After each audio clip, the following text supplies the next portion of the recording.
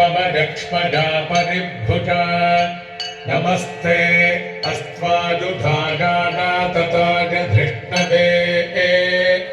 उभाभ्यामुत ते नमो बाहुभ्यां तव धन्वने परिते धन्वनो हेतिरस्मान् वृणक्तु विश्वतः अथो यतिषुधिस्तवारे अस्मन्निधेहितम्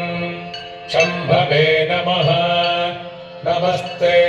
अस्तु भगवन् विश्वेश्वराय महादेवाय त्र्यम्बकाय त्रिपुरान्तकाय त्रिकाग्निकालाय कालाग्निरुद्राय नीलकण्ठाय मृत्युञ्जयाय सर्वेश्वराय सदाशिवाय श्रीमन्महादेवाय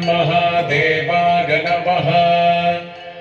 नमो हिरण्यवाहवे सेनान्ये दिशां च पतये नमो नमो वृक्षेभ्यो